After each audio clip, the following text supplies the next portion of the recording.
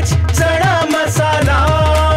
आता छोले असो किंवा चवळी, पांढरे चणे असो किंवा काळे चणे, सगळं काही कमाल बने। MDH अजितदादांकडून मला अमोल मिटकरांच्या माध्यमातून पक्षात येण्याची ऑफर होती, मात्र मी शरद पवारांसोबत राहून शरद पवारांसोबतच राहण्याचा प्रयत्न करेल असं ते बोलले आज। नाही, मला असं वाटतं की खडसे साहेबांनी ऑफर आली असती आणि ती स्वीकारली नसती असं काही होणार नाही। ऑफर त्यांच्याकडनं इकडे आली होती का तिकडनं तिकडे गेली होती त्याचं साक्षमोक्ष करण्याची मला काही आवश्यकता वाटत नाही। आणि सत्तेकडे जाण्याचा ओघ हा खडसे साहेबांचा कायम असतो, त्यामुळे यांनीच कदाचित ऑफर तिकडे दिली असेल असा माझा अंदाज आहे।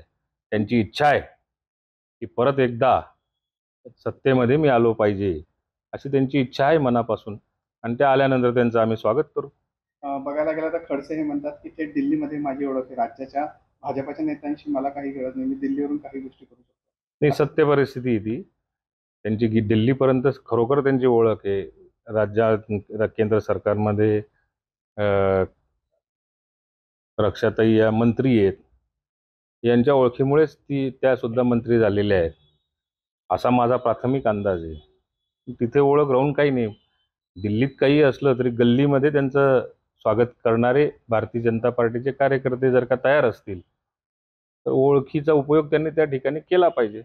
अनेक दिवसापासून भाजप त्यांना घेत असे दावे चालू होते, म्हणून आता भाजप नाही घेत म्हणून आपल्या पक्षाकडे ते वाटचाल करताना पाहायला मिळतं। नाही, भारतीय जनता पार्टीची वाटचाल मला नाही माहिती, तो त्यांच्या पक्षाचा अंतर्गत प्रश्न आहे, तो गिरीश भाऊ त्याच्यावरती चांगलं सांगू शकतील। ते घेत आहेत, हे जात आहेत किंवा थांबतायत याच्याविषयी संपूर्ण कल्पना ही गिरीश भाऊंना आहे। पण आमच्या पक्षामध्ये अजूनपर्यंत त्यांना आम्ही काही आमंत्रण दिलेलं नाही आहे, कोणी दादा असतील किंवा पक्षाचे अध्यक्ष असतील। पण त्यांची जर का त्यांनी इच्छा कुठे व्यक्त केली असेल यायचं असेल तर पक्षश्रेष्ठी त्याच्यावरती योग्य वेळी योग्य निर्णय घेतील, आलेच तर आम्ही त्यांचं स्वागत करू। वाह, काय आता मिळाली का चव? होय तर आता मिळाली खरी चव। MDH चंकी चाट मसाला, जीवनाला खऱ्या चवीचे रंग। असली मसाले साथ सच MDH।